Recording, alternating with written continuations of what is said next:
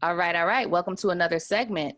And now we bring to you the amazing transformation strategist, the Kathy McKinnon. Hey, Kathy. Hey, Anika. Thank you so much for having me. It is a total pleasure. And today you're going to talk about eternal influence.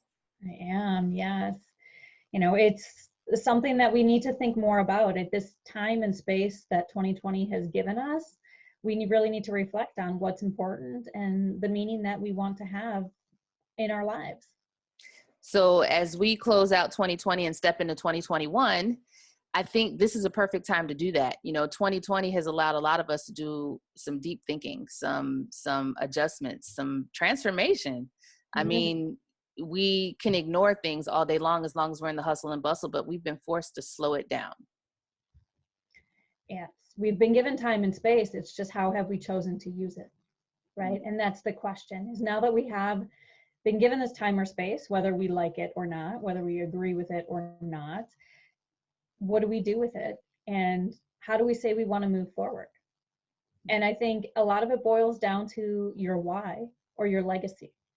What do you want to leave behind at the end of the day? And that will determine how you spend your days, what you do during your days, why you make the decisions that you make. It all boils back to that. What do you, at the end of the day, we all know we all have no decision on how much time we have on this planet. But what we do know is that we can spend it making our lives as incredible as we want them to be. That's our choice. And so how do we change the game so that we can walk away at the end of the day saying we gave it our all, we did the things that we wanted to do, and we're leaving behind the legacy that we want to leave behind.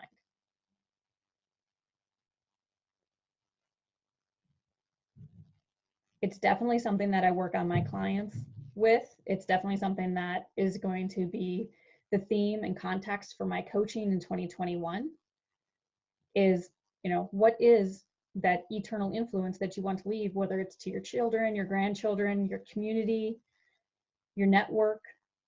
How are they going to remember you? How will your work be remembered? I've always been a heart-led entrepreneur. And so if you polled the people around me and asked, it's that I lead with love.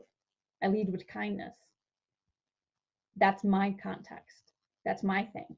But I think everyone needs to step back and say, what do I want my life to be? What do I want people to say about me at the end of the day?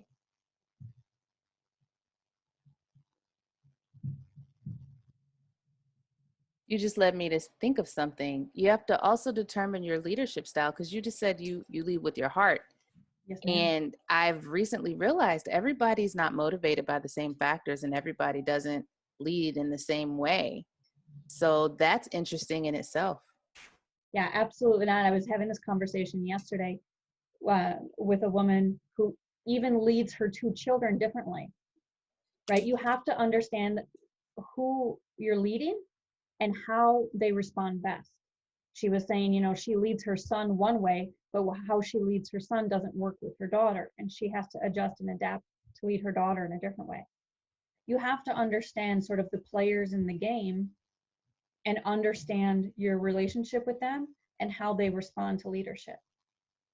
You can't just kind of do a blanket one size all, everybody's going to respond in this way and everybody will see it this way. It doesn't work. But you have to be, flexible in your means to lead so that at the end of the day, the message is received the same. It may be delivered in different ways, but it's still the same message. And that can be challenging, especially with family or friends, because you're so close to it. But again, you have to take that time to step back and think about, how do you want to play this game called life? That's what it truly boils down to. And, towards the end of your days, how do you want to remember the moments in your life? How do you want to remember these experiences, these adventures, even business moments? And that's how you need to walk into all of these moments. as if this is your one shot for this interaction with anybody on life. That's what it truly boils down to. So what do you think are the steps to do that? Because you're talking about breaking it down. A lot of us just start somewhere and we just go for it and we don't have a plan, but you're saying we need to have a plan and we need to lead intentionally and determine how we're going to do that. You talk about memories and legacy, and some of us, we just go for it. But if you do it with a plan, then you are guaranteed success. You have to be intentional, right? And that you're right. Sometimes there are moments where we're just winging it. Not everything is going to have a step-by-step plan, but you have to be intentional. Mm-hmm. And I think we all start with our why. Whether you call it your why, whether you call it your purpose, whether you call it your vision, you can call it, several different things. But you have to start there. Because the why statement is going to determine all the actions that feed into it. If your why statement, is, we'll pick on mine. My why is to be the best mom that I can be. In order to do that, I have to be healthy. I have to create an environment that fosters the learning and love that I want to give to my son. I have to make sure I'm addressing my mental health. I have to make sure that I'm able to step up as a leader to lead my son how I want to lead him. But all of those actions feed into my why of being the best mom that I can be. So you start with your why statement. You have to start there. I want you to elaborate. You said create the environment. Yes, ma'am. Tell us how you do that. It's everything down to how our house, our space, our living space is. I want a peaceful Zen environment. We don't have a big cluttered space. We have areas for play. We have areas for working out. We have areas for just chilling.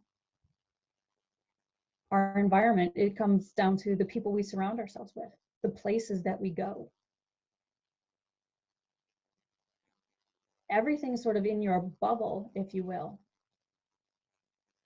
and how you want to experience life. Does that include social media and email and phone calls and friends? Like, is that included? Absolutely. Absolutely. There's a time and a place for social media and email. Yes, I'm on social media and email a lot because it's part of my job as a leader in the space.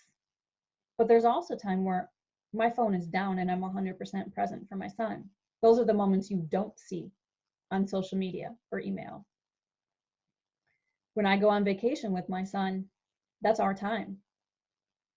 I might post pictures afterwards, after we have returned.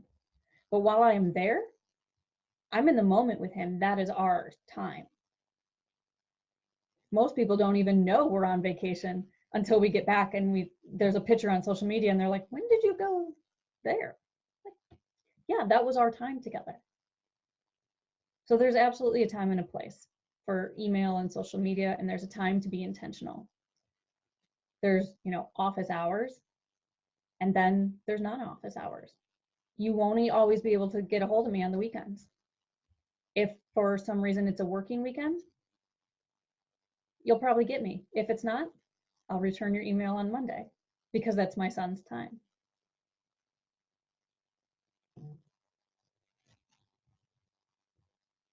So what I'm hearing is when we're intentional, we're controlling our time, we're controlling our energy. You said something really important. You said, in order to be a good mom, you have to be healthy, which a lot of us do not correlate the two. It goes together. So we're talking about being intentional, controlling our time, organization, our living space, where we go, what we do, and even in controlling your time, your energy, people and places, that also has to do with boundaries, right? Oh, absolutely, boundaries. You have to honor your yes and no. And what I mean to that is you're only saying yes to things that fit into your why, that fit into your vision.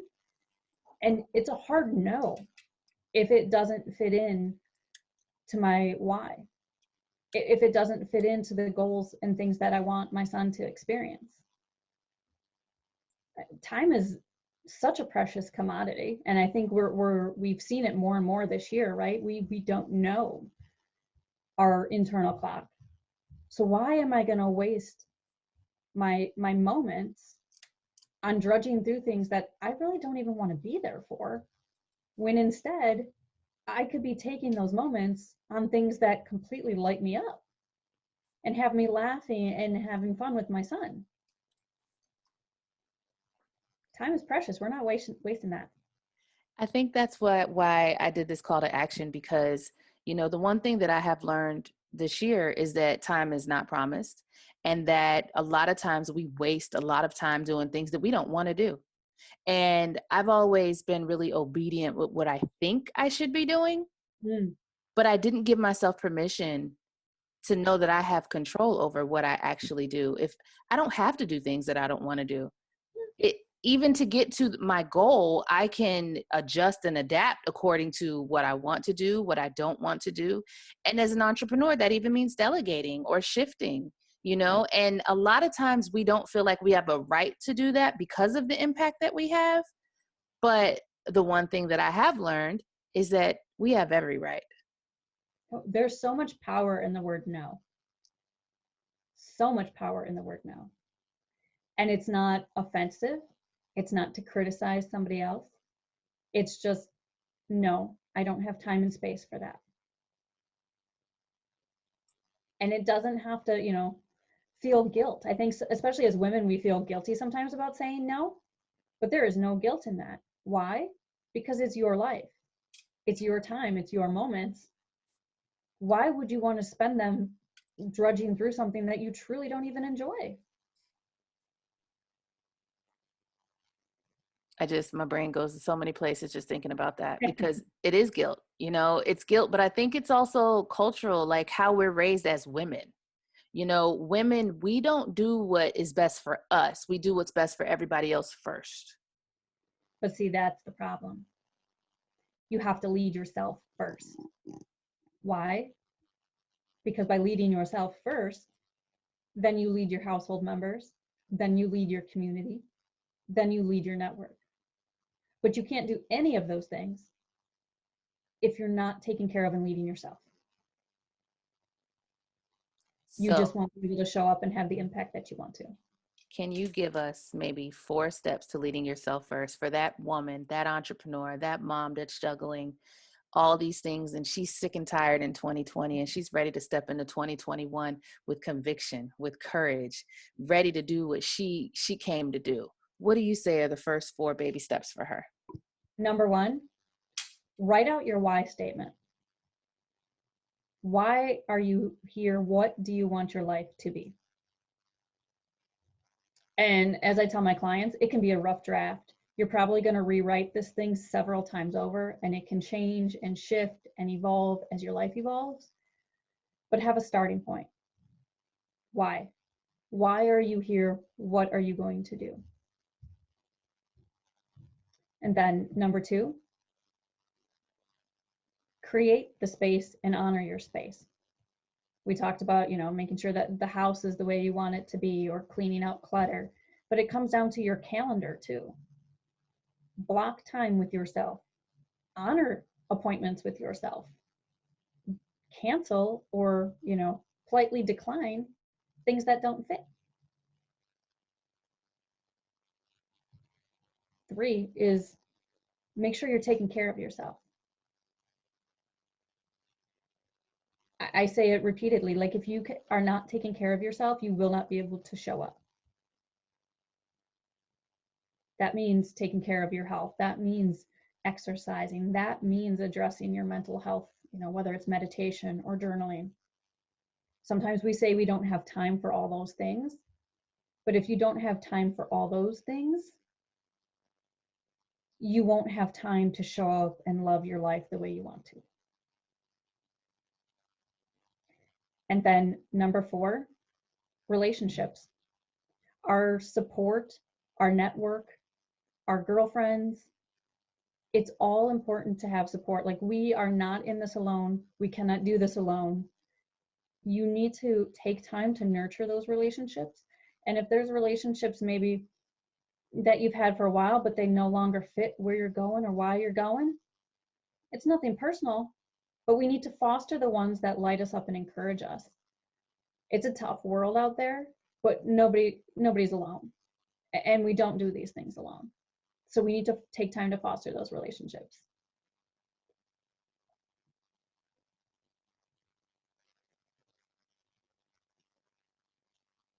Those are my top 4. So, as you talk about fostering the relationships that you need, one of the things I used to love to do in the treatment center, in order for people to get healthy and to heal, they have to get rid of toxic relationships, toxic places, Yes. toxic environments. So what is your advice on how to do that? Because you talk about saying no with grace, and this is the hard part. This is where we often fail, especially empaths, those of us that always worry about everybody else's feelings before our own. What do you think is the easiest? I don't want to say easiest, but you know what I mean. The graceful way of getting rid of the things that are no longer working for your good.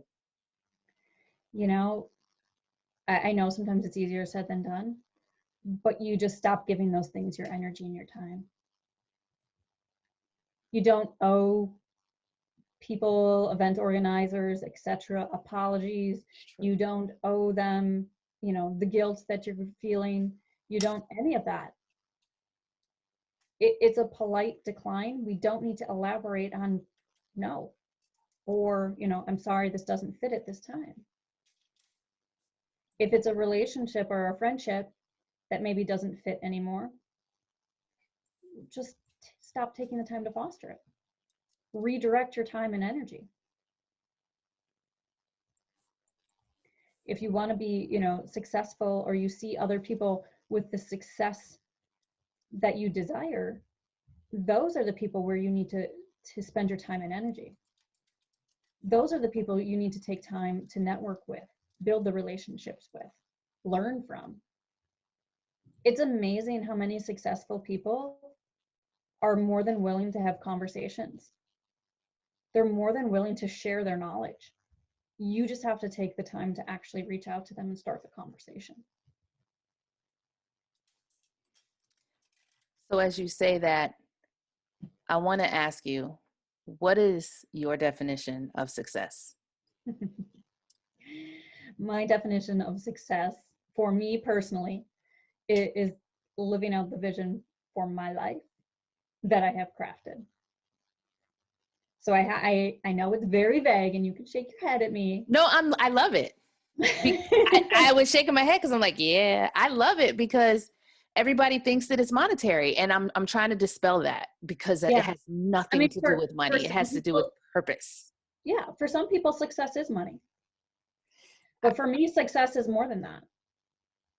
Success is building the legacy and the world for my son that I want to. This is impacting people. This is changing the way we think, changing the way we do business. To me, that's more impactful. Of course, there's monetary sides to it. We're also business people. But to me, it's not defined by a dollar figure. Yeah, I worry because, over the years, I've worked with people who are extremely wealthy, and that does not mean they're happy. And, I just don't want people to constantly, you got people that chase money, even as an entrepreneur. And, that comes across if you're just focused on that and you're in a service industry. I really want people to dig deep. Yes, we go into business for flexibility. We go into business for creativity. We go into business to serve. We go into business for products and services. Some people go into business to be rich, but I just want people to really dig deep and to redefine success in 2021, because some people have no idea what it is, and they're constantly chasing it, and they might even be successful and don't know it. Absolutely. Absolutely. And I think instead of putting that monetary amount on it, because like you say, money doesn't always equal happiness. There's some people that have become very, very rich, but have never done the internal work. Exactly. And are lost and lonely, because as you do climb the ladder, you do have to make changes and adjustments and change who you're around and what you do and how you think. And so you've got a lot of people who have done those things, but still feel empty. And so I just want people to raise their self-awareness as we move forward and take time to reflect on what has worked, what hasn't worked, but also give yourself credit for the achievements that you've made, because sometimes we have attained things and become successful in areas that we've been too busy to notice. Absolutely. Like, we don't celebrate as often as we should. We don't acknowledge how far that we've come. We don't acknowledge how different our lives are today than where they used to be, however many years that is. But I think instead of, like you said, putting that dollar amount on it, if you ask, how can I best serve today? The money and the success will come. Yes, yes, yes. And I just want people to be whole, because at the end of the day, there are many things that fill our hearts and minds. Mm-hmm. And it's a conglomerate of things. We can't put it all in one basket. We have to literally, determine what we want. And sometimes we need to, you said something earlier about fall back. You got to fall back to move forward. You got to sit down. You got to set the plans. You got to determine what you want, who you want, where you want to go, and what you want to do, and what you're willing to do to get there. Absolutely. And, I talked about that why statement, having that why statement, but it's stepping back and checking in with that why. If I craft my why statement today, I need to check in 6 months, etc., down the road and say, does this still fit? Maybe I need to tweak it. Maybe I accomplished some things in my why statement, so now I need to change it. It's a constant revision. But if you look at that future version of yourself that you want, that you desire, that image of that person, how would she react? How would she choose which events to go to? How would she choose how to spend her time? If you start acting in that manner, it will completely change the dynamic of where you're going. Okay, so what are your last words for women as we step into 2021? My last words are, this thing called life, it's all about your experience of it and your truth in it. And those are your choices. That is your mindset of how you go forward. So take a moment, step back, think about what you truly want it to be, your why, your purpose, your vision, whatever you want to call it, and use that to step forward and make decisions going into 2021.